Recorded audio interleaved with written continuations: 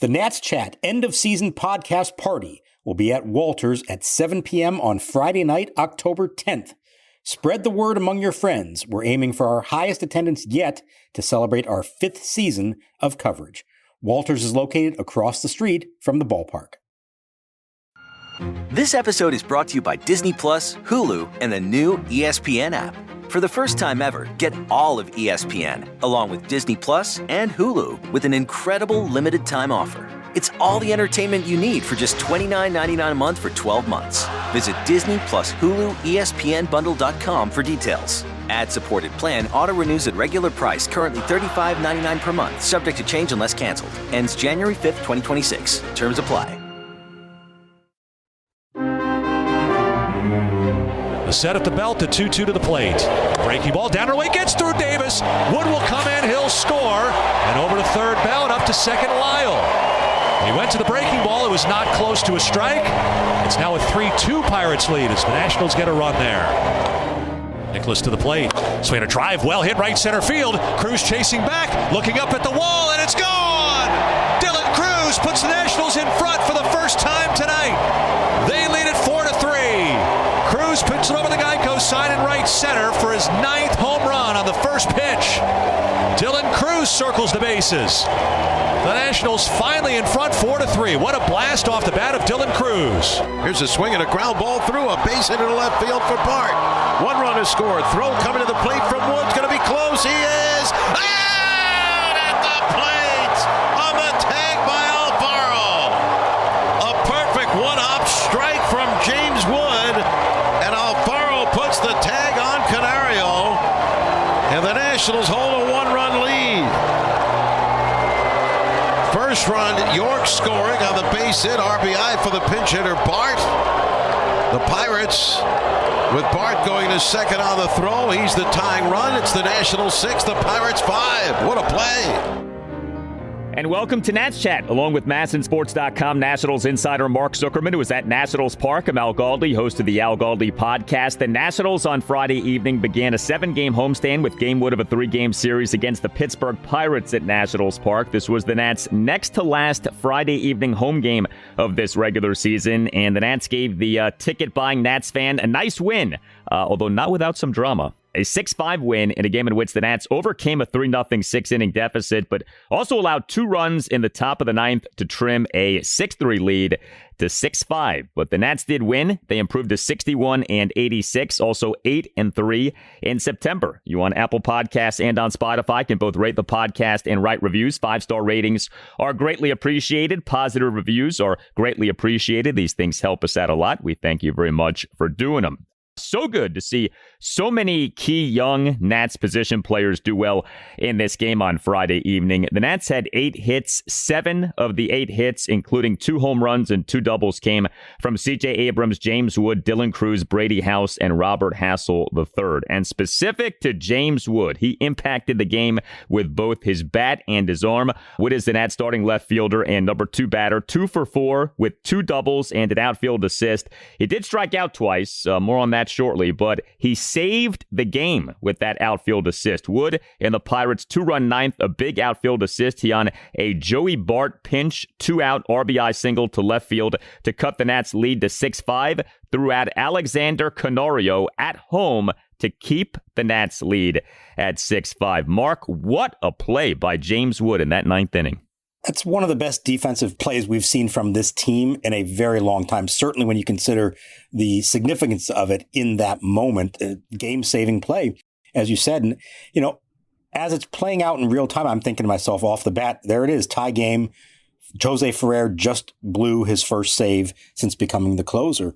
And you talk all the time about, as a third base coach, forcing the issue. You say, hey, wave the runner around. It would take a perfect throw to get him. That's exactly what this one was.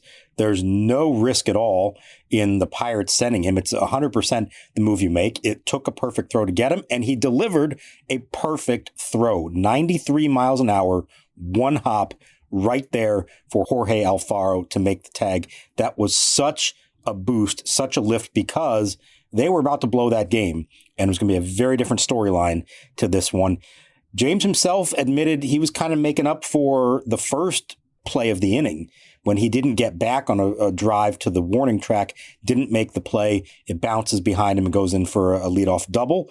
He felt bad about that one, felt he should have made that play. He came through in a big way with probably his best defensive play in the majors. And as I said, this might be the best defensive play any National has made in quite some time. It was so funny, and it was so typical of James Wood. Seconds after that outfield assist, again, a game-saving outfield assist, Masson showed a close-up of Wood's face, and he just had this like blank stare, and he was like chewing on a nail, and it was just, typical James Wood, like low emotion. If it's Dylan Crews, he's probably doing cartwheels out there, all kinds of fired up. But Wood, we know how he is. He's Mr. Cool. But however he is, that was some play.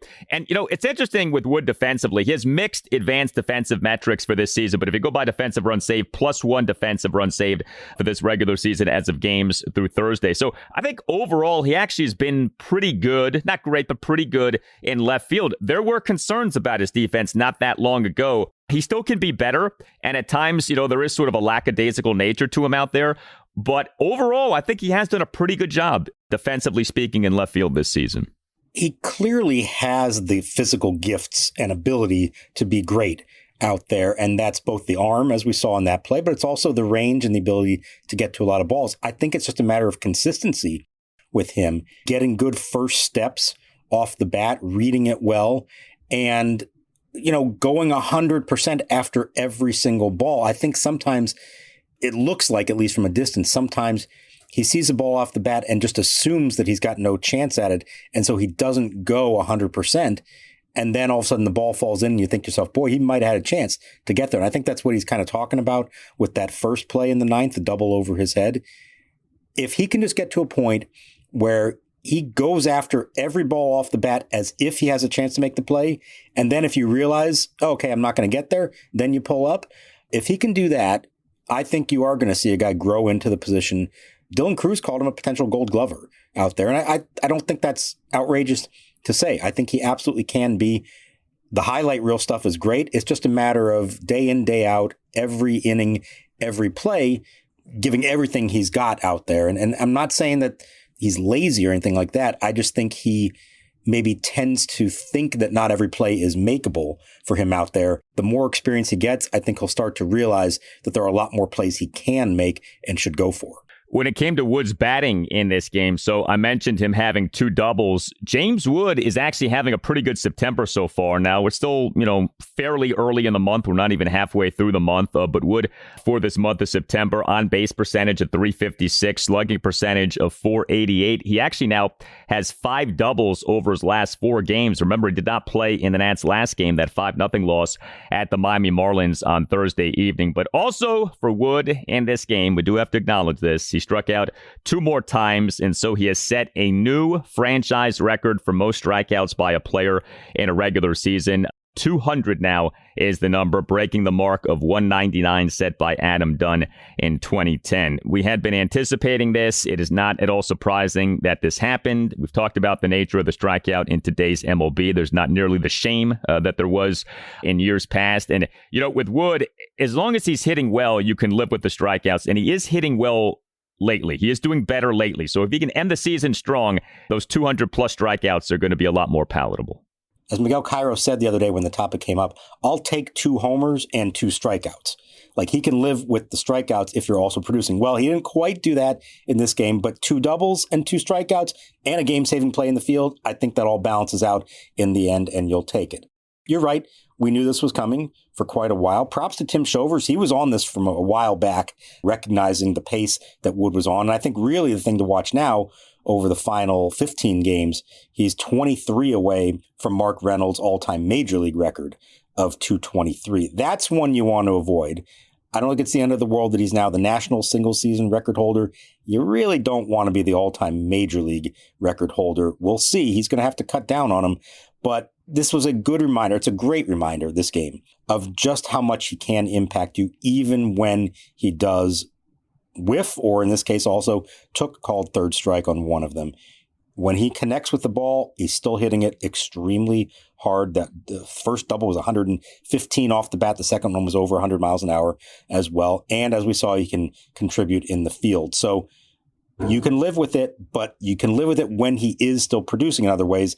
And there have been points here in the second half of the year where he was not delivering, and it was just about the strikeouts, and that's where it becomes a concern. Yeah, still want to see the homers pick back up. He only has one home run this month, and still want to see the walks pick back up. The walks still are not back at the rate at which he was drawing them earlier in the season. Wood, since the start of August, 16 walks, 61 strikeouts. That is not the James Wood we were seeing earlier in the year. But man, the 2 doubles on Friday evening, terrific. And that outfield assist, so clutch. And it wasn't just James Wood who came through in this game. Dylan Crews and Brady House each homered. Crews as the Nats starting right fielder and number 7 batter, 1 for 4 with a 2-run homer. Crews in a Nats 4-run 7th, a first pitch opposite field 2-run homer to right center field for a 4-3 Nats lead. The homer going a projected 407 feet per Statcast. Brady House, he is the Nats starting third baseman and number 8 batter, 1 for 3 with a solo homer. And his homer was like a carbon copy of the Crews homer. The House homer came first, but House in a Nats 2-run 6, a leadoff first pitch opposite field homer to right center field to cut the Nats deficit to 3-1. That homer went a projected 402 feet per Statcast. So the House homer, the Crews homer, each homer a first pitch homer, each homer an opposite field homer, each homer to right center field, and each homer going 400 plus feet. But if you had to pick 2 Nats players to homer in a game at this point in this season, I think Crews and House may well be your picks. So important how they do, and so nice to see them do as they did in this game. Yeah, more important than Wood or Abrams, I would say, because we know those guys can hit home runs in the big leagues, even if they haven't been doing it a lot here lately. We still need to see that Dylan Crews and Brady House can do it. And what I loved about this one, in both cases, opposite field. It was the first one for Brady House in the big leagues. His first 3 had been pulled. We haven't seen Dylan do it a lot, although he does have the ability. He has done it before. I thought that was a good sign for both guys. If they're hitting the ball with authority to right center field like that, that's a good sign that their swings are in better places. And, the Brady House one, they had done nothing offensively up to that point. 5 scoreless innings with 1 hit and 1 walk. Mitch Keller had thrown 51 pitches through 5 innings. And remember, they were shut out on Thursday night, and go back to Wednesday, the last time they scored, it was 17 consecutive scoreless innings for the Nationals. So that was a really important home run by House to break the ice, get him on the board. Next thing you know, Keller's out of the game a few batters later. They get to the Pirates bullpen, and that's when they really started to take off at the plate. So 2 homers for Crews this week. That's great. Hit it to left in Miami, hits it to right center in this one, and a meaningful one because it gives them the lead that they wound up holding for the rest of the night. So good to see them homer, but also good to see them homer in meaningful situations that helped flip a game in their direction. Yeah, the Nats in 8 innings of offense in this game scored in just 2 of the innings, 2 runs, bottom of the 6th, 4 runs in the bottom of the 7th. The Nats for the game, 6 runs on 8 hits, which were 2 homers, 2 doubles, and 4 singles. The Nats drew 3 walks, went 1 for 4 with runners in scoring position. We also had Robert Hassel III as the Nats starting center fielder and number 9 batter, go 2 for 3 with 2 singles. We had C.J. Abrams as the Nats starting shortstop and number 1 batter, go 1 for 4 with a single. I'd love to know the answer to this question. In how many other games this season have we had Wood, Abrams, Crews, House, and Hassel each get at least 1 hit? I wonder if the answer is 0. I wonder if this is the first time this season that has happened. There certainly have not been many games like this. Crews missed a bunch of time due to injury, of course. That's a big part of this. But to see those 5 guys contribute offensively and see 4 of the 5 guys really give meaningful offensive contributions in this game, it's hard to draw it up much better than that. There aren't that many games that they've all played together, I'm going to guess, for a variety of reasons. And throw Dalen Lyle into it, too. I know he didn't have a hit, but 2 walks. He's one of the other key young guys in there. This is what we've been wanting to see, right? You want to see the young guys not just in the lineup, but delivering, performing, and coming through in meaningful spots. That was all really good to see. Although I got to tell you, maybe the most clutch hit of the whole game came from the one veteran, Josh Bell. 2 out, 2-run single up the middle on an 0-2 pitch. Those 2 runs proved to be very important in the end because of what happened in the 9th. But we've talked plenty about Bell here lately.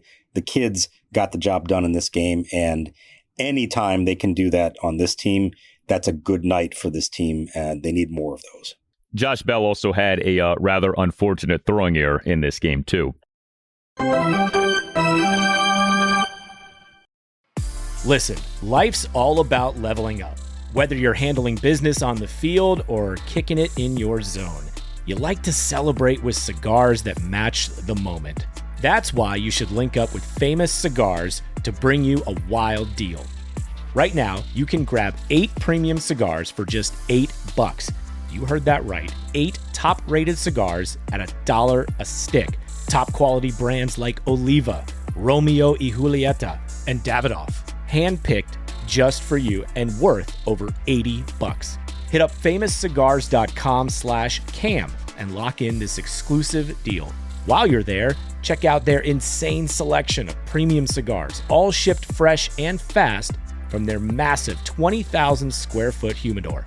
That's half a football field. Famous Cigars has been in the game since 1939 and still family owned. So celebrate every win with the folks at Famous. 8 cigars for $8.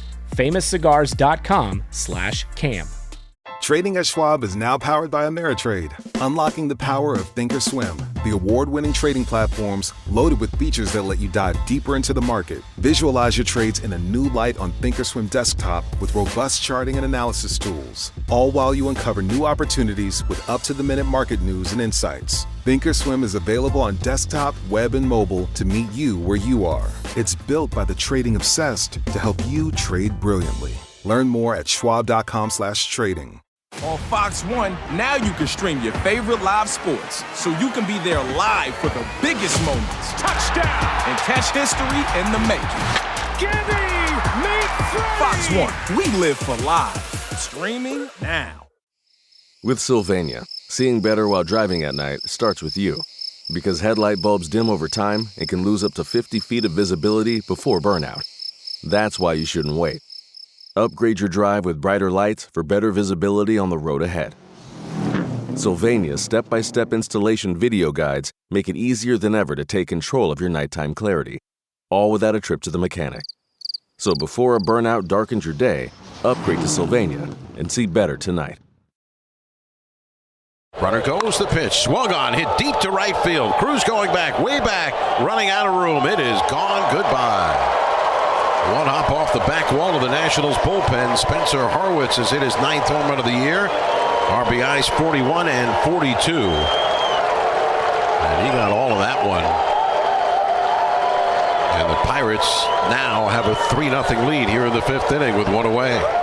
Brad Lord, 3 runs in 6 innings for Brad Lord. He wasn't great, but he wasn't bad either. I thought he was pretty good for the most part. He gave up 7 hits, which were a homer, a double, and 5 singles. 4 strikeouts, no walks. You like that. 88 pitches, 57 strikes, 31 balls. How about what Lord did in the top of the 2nd? No runs despite having runners on 2nd and 3rd with just 1 out off the aforementioned throwing error by first baseman Josh Bell. Lord in the top of the 3rd allowed a run on a 1-out double and then 2 consecutive 1-out singles. And Lord in the top of the 5th allowed 2 runs on a 1-out single followed by a 1-out full count 2-run homer by Spencer Horwitz to right field for a 3-0 Pirates lead despite Lord having had Horwitz down at 1.02. That homer was unfortunate, but beyond the homer, and I guess you say, okay, he gave up the run in the top of the 3rd. I thought Brad Lord did a pretty good job in this game. Yeah, I agree. I think he limited the damage for the most part. He had traffic on the bases much of the night and was able to get out of it without too much happening. Got some really good defense behind him. We talked about Haas and Crews at the plate. They made back-to-back really nice plays in the field in the 4th inning. Haas starting a 5-4-3 double play and Crews going back to the wall to leaping to grab what could have been a key hit for the Pirates there as well. So that part was good. For Lord, it really was just the one pitch, I thought, the 3-2 changeup to Horwitz. And I'm sure he and Miguel Cairo and everyone else afterwards is kind of regretting that one. We heard them talk a few starts ago about trust your fastball. It's your best pitch. You get into a full count, a guy on base, number 2 hitter for the other team at the plate. Try to get him with your fastball. He went with the changeup and he put it right over the plate, and you saw the damage. But all things considered, it's a quality start. It's a no decision which he will happily take because of what happened after that. And while it hasn't been spectacular, we have seen Lord bounce back now from that rut that he was in with back-to-back solid outings. I think that's important. He's getting to the end of a very long season for him, having thrown way more than he ever has before. I think these are important starts for him. Not that he has to be great, but just to be solid, get through his 6th inning, give him a chance to win. And, I think that for him will wrap up a good, solid rookie season. With this pitching staff this season, solid is good, and Brad Lord has been solid, so you take that for sure. The Nats bullpen in this 6-5 win over the Pirates on Friday evening. 3 Nats relievers combined to allow 2 runs in 3 innings. The first 2 Nats relievers in this game were terrific. P.J. Poulin, a perfect top of the 7th with 2 strikeouts. Clayton Beeter, a perfect top of the 8th with 2 swinging strikeouts. And then Jose A. Ferrer, who, as we have been discussing, has been so good in his new role of ace reliever / closer. He finally looked human in this role. He allowed 2 runs in 1 inning, did get the save. Top of the 9th, allowed 2 runs on a double, 2 RBI singles, a walk, and a pass ball by catcher Jorge Alfaro. If not for the outfield assist by James Wood, this podcast has a very different tone because things were unraveling in that 9th inning. That was becoming one of these real, come apart at the seams type outings from a relief pitcher.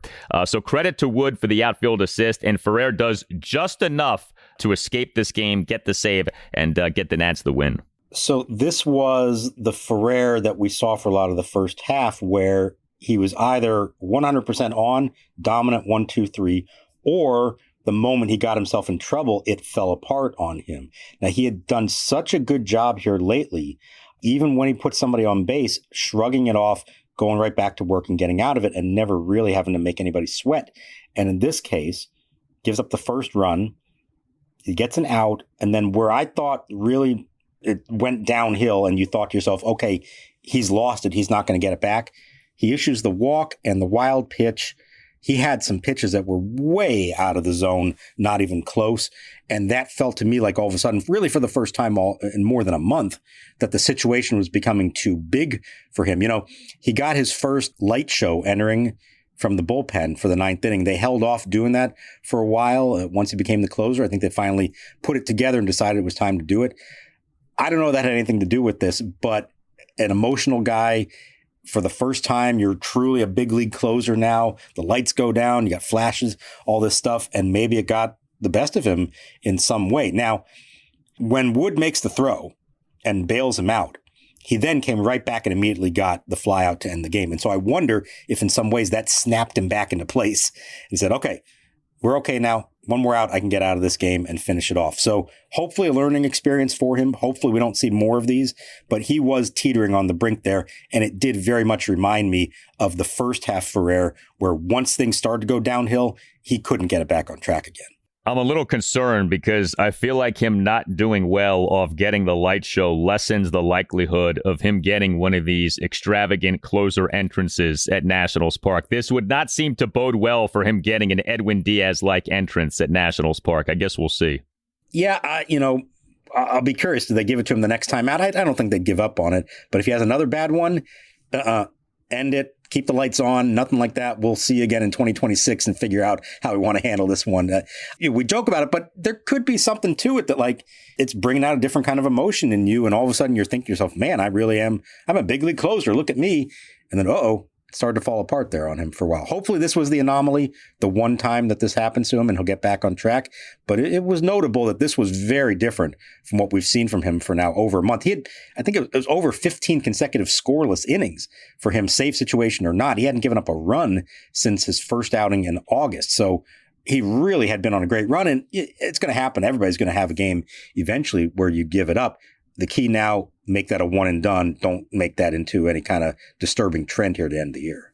He had been dominant. It's funny. I go back to some of the all-time great closers of recent MLB history, and not that these guys had light shows, but you think about Mariano Rivera coming out to Metallica's Enter Sandman. You think about Trevor Hoffman coming out to AC/DC's Hell's Bells. I do think there's something to that, at least with those guys, like the aura. They come out to those great songs. Those songs become associated with those guys. That can get into batters' heads. I do think that that's a real thing. Now, Jose A. Ferrer is a long way away from Mariano and Hoffman. I get that. But if you can get that entrance to be just right, and if the guy can handle the entrance and channel it in a proper way, I think that can be a real tool for the closer. That can be like a competitive advantage for the guy. So, hopefully, first of all, Ferrer is a good pitcher. But if he is, maybe at some point you can develop something to where you can take that aura to another level. Yeah, I covered games at Yankee Stadium when Rivera did it. I covered games in San Diego when Hoffman came in, and there was an intimidation factor for sure. Edwin Diaz, as that all started to play out, the Timmy Trumpets, Narco.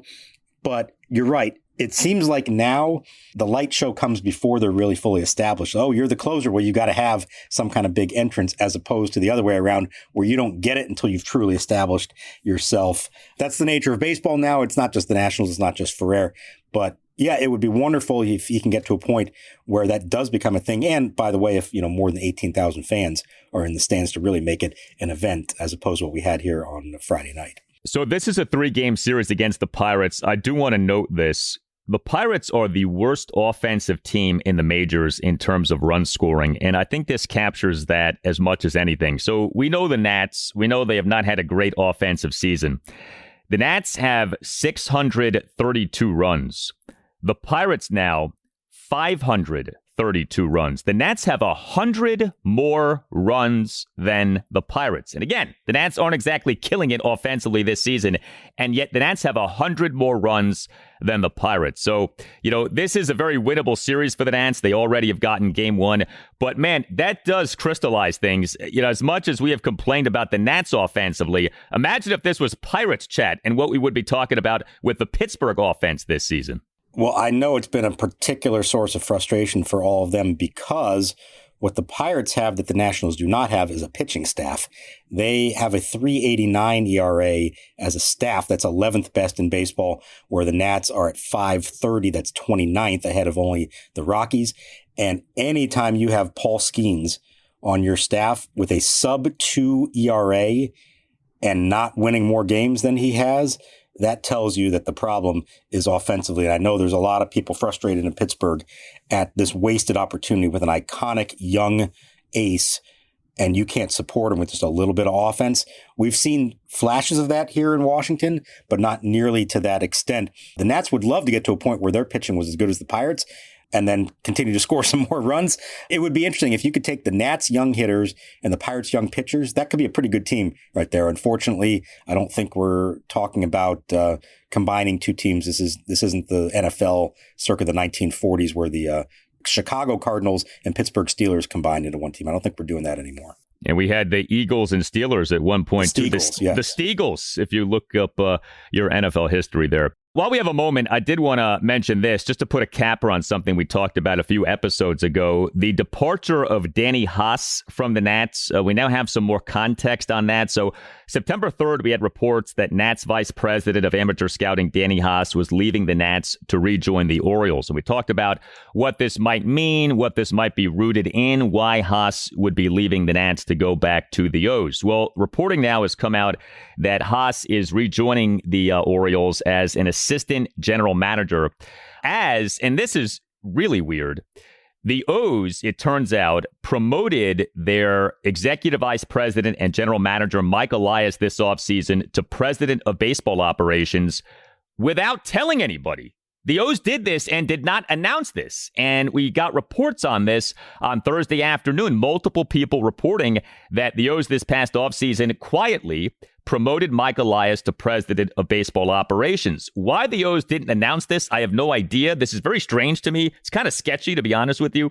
But specific to the Nats, this now does illuminate Brady Haas leaving the team, the role he's going into. The O's are actually going to hire a GM to work under Elias, if you go by the reporting. So actually the Nats and the O's have some major front office searches going on here, although for the Nats, of course, it's more prominent. They want a new head of baseball ops. But yeah, I just thought it was worth mentioning that we have more of an understanding now of Brady Haas leaving the Nats for the O's. Right. And I think the key there is it's obviously a promotion for him and anybody in baseball. You like to at least have those kind of opportunities. And I think it's notable that at least so far, for everything that I've been told, is that Brad Selleck, who also joined the Nats at the same time and had a past connection with Haas in Baltimore, is still here helping run the scouting operation. And Reed Dunn, who they brought in at the same time as their national cross-checker, he's still here. So it may not be quite as much overhaul of the scouting department as you would think. But as I said the other day when the story first came out, this is one of those that we've got to wait a while to piece it all together. There's a lot still to happen. Once they name their GM and or president of baseball operations here, There's going to be a lot of things to be done. If it's somebody from the outside, there could be an overhaul of a lot of the front office. Even if it's Mike DeBartolo, there could be a lot of changes as well. Until we see the full picture of how this is all shaking out from a front office standpoint, I hesitate to jump into a lot of reasons why somebody would leave or be let go or be retained. Let's see what it all looks like in the end. But clearly, there are going to be changes. There are more changes to come. And in Danny Haas's case, probably saw that change was coming here and saw an opportunity for a promotion to head back to Baltimore. And he knows the O's well. He worked there for a number of years. Haas's title with the Nats, Vice President of Amateur Scouting. His title with the O's, per The Athletic, Special Assistant to the General Manager. Game 2 for the Nats against the Pirates at Nationals Park Saturday afternoon at 4:05. Andrew Alvarez will be the Nats starting pitcher. You tell us what you think. Hit us up on X at Nats_chat. Hit us up on Blue Sky at Nats Chat Podcast. You can email us, natschatpodcast@gmail.com. We have a website you could check out too, natschatpodcast.com, at which you could purchase a Nats Chat Podcast t-shirt. All Nationals radio highlights on Nats Chat are courtesy of 106.7 The Fan. For Mark Zuckerman, I'm Al Galdi. We thank you for listening, and we'll talk to you next time on the Nats Chat Podcast. It's Brady House facing Mitch Keller. 3-0 Pirates. First pitch is skied right center field. Well struck. Chasing back Crews. Not going to get to it. Looking up at the wall, and it's gone. Brady House puts one over the out-of-town scoreboard in right center field, and the Nats are on the board. Home run number 4 for House makes it 3-1 Pirates. He's all over a first pitch Keller slider and bangs it over the right center field wall to hopefully get the Nats offense going here tonight.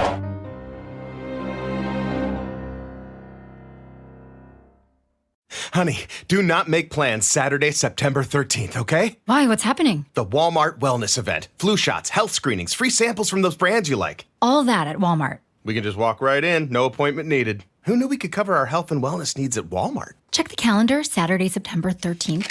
Walmart Wellness Event. You knew. I knew. Check in on your health at the same place you already shop. Visit Walmart Saturday, September 13th for our semi-annual wellness event. Flu shot subject to availability and applicable state law. Age restrictions apply. Free samples while supplies last.